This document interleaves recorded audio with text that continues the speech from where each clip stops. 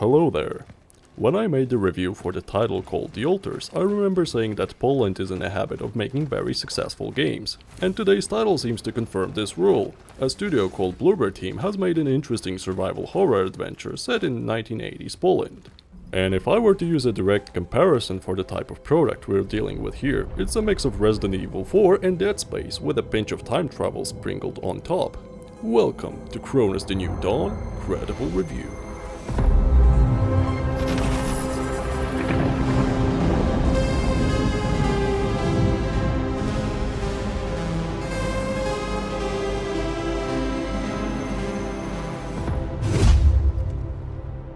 Our adventure begins with a traveler awakening at some kind of facility where we are tested for our cognitive abilities. From the very start we are equipped with a huge metal suit and a gun. Although our name at the beginning is unknown, the mystery unfolds itself near the very end of our journey. So for the sake of this video, let's stick with the name Traveler. For the vast majority of the game, we traverse contaminated neighborhoods of an alternate 1980s Poland. A brief history lesson for those who don't know, 1980s plays a crucial part in Poland's history because it marks huge changes in the political system and later the abolition of communism and the beginning of better perspectives for our nation. I must say, the main plot can be a bit disorienting even for my taste. At certain climactic points of the story, I started feeling like time travel and zombie outbreak don't mix very well, but nevertheless, the developers did the best they could to deliver a cohesive narrative in their product. There isn't much in terms of choice when it comes to dialogue. I came across a rather strange bug, forcing me to do the entire boss fight all over again. That's when I decided to go with a different line for my character to see if there's any difference in how the story plays out. And luckily there was at least some illusion of choice present. That gave me a little bit of satisfaction, but not for long. Unfortunately, none of those choices are important. No matter what you pick throughout your journey, the only thing that matters is what you choose in your last dialogue option after defeating the final boss. That said, the story is definitely linear and demands your full attention if you want to understand all its aspects, such as the nature of time travel plots in games. On one hand, it's a clumsy yet climatic zombie shooter, and on the other, it's an interesting concept of a highly advanced military organization sending travelers to fulfill missions. It came as a surprise that I could run this game smoothly on the highest possible settings and 2K resolution at a stable frame rate with, hear this, ray tracing turned on.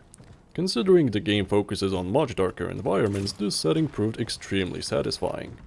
When it comes to graphics, I've already stated in my previous video that it's difficult to make hideous games on Unreal Engine 5. It gives you so many tools to create truly remarkable masterpieces, it's unreal.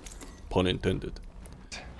But on a serious note, I have to say I am impressed with the dark, disgusting and mysterious setting of the game. All those corridors filled with biomass and zombies hanging from the walls, the mists, ruined buildings, destroyed interiors, all this is tremendously beautiful if you look at it from a certain perspective. Another thing I'd like to praise is the high quality of sounds, fitting for a survival horror game. From extremely satisfying gunshots to the creepy ambient noises, occasional furniture squeaks.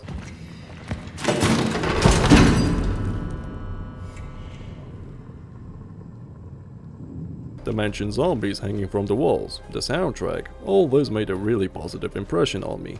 I definitely recommend you play this game with headphones. That said, not only the graphics but also the sound design and grim music made a huge impact on the overall reception of this game. When it comes to gameplay, the first thing that comes to mind is Resident Evil 4. The way you move your character, the scarce resources and ammo, the way Traveler holds her weapon, the camera angle, it's all very reminiscent of Resident Evil 4 and shows what was the main source of inspiration for the developers. Add a little bit of technology and a spacesuit and you've got a little bit of Dead Space in there as well. Is it a complete rip-off? I wouldn't say so. Just as we don't classify Jedi Fallen Order as a Dark Souls ripoff, we can clearly see their inspiration, but the story in Cronos the New Dawn offers you more at a second glance. Although we do get to see interesting and dreadful boss fights, the rest of the zombie enemies can become quite repetitive and tedious. Apart from some technological gadgets to solve puzzles and progress further, there isn't much development in terms of weapons and armor.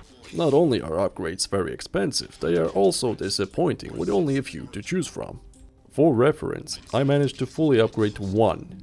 only one weapon in my arsenal, despite destroying every possible crate I could find. I looked into every corner of the map to acquire items and energy, which is the main currency in this title. You're able to get 2 variations of pistol, a shotgun, a machine gun, and a single launcher, which gives us 4 or 7 weapons depending on how you look at it. What I absolutely hated was the amount of inventory slots. It's just one big misunderstanding. It was frustrating, and the vast majority of upgrade cores went into expanding inventory space. That said, your body armor remains unchanged throughout your entire playthrough, both visually and mechanically.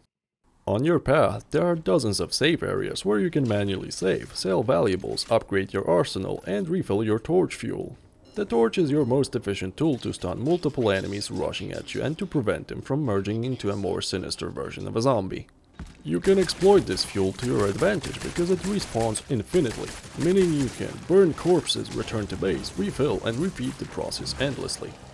With those mechanics and one tiny secret story element, the developers really want you to start New Game Plus. With New Game Plus, you can unlock an additional ending. The problem is, the vast majority of casual gamers don't really have the time to beat video games a second time. Not to mention this game in particular isn't phenomenal enough to warrant it.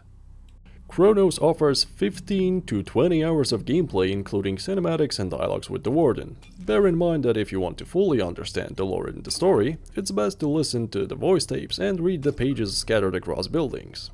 And how could I forget those majestic creatures? Yes, in between killing zombies you can pet cats, which give you substantial bonuses in the form of upgrade cores or other utilities. There are a total of 10 cats to be found throughout your journey, so best of luck finding them all. I thought I searched every corner of the map and only found 9 unfortunately. I have no idea where I missed the last one. Cronos: The New Dawn is truly an ambitious product, but the concept of the game and its limited budget really emphasize its flaws. A lot of repetitiveness, a confusing inventory system, and a clumsy Resident Evil 4 style movement meant to awaken nostalgia. It's a beautiful game with satisfying zombie kills, solid sound design, and a decent story, but it's nowhere near phenomenal. All things considered, a 7 out of 10 is an adequate score for this title. So if you're a fan of horror games and previously had fun with Dead Space or Resident Evil series, this game will bring you a lot of enjoyment. Of that I'm quite certain. This review will certainly be one of the shorter ones on my channel. To be fair, there's not much to talk about, and on top of that, I can't wait to try out the freshly released Borderlands 4, and share my thoughts on that game as well. As an adult, you very well know that time is a limited supply, so I'd like to value both yours and mine. And that, ladies and gentlemen, would be everything I have for you today. I bid you a good day, and farewell for now.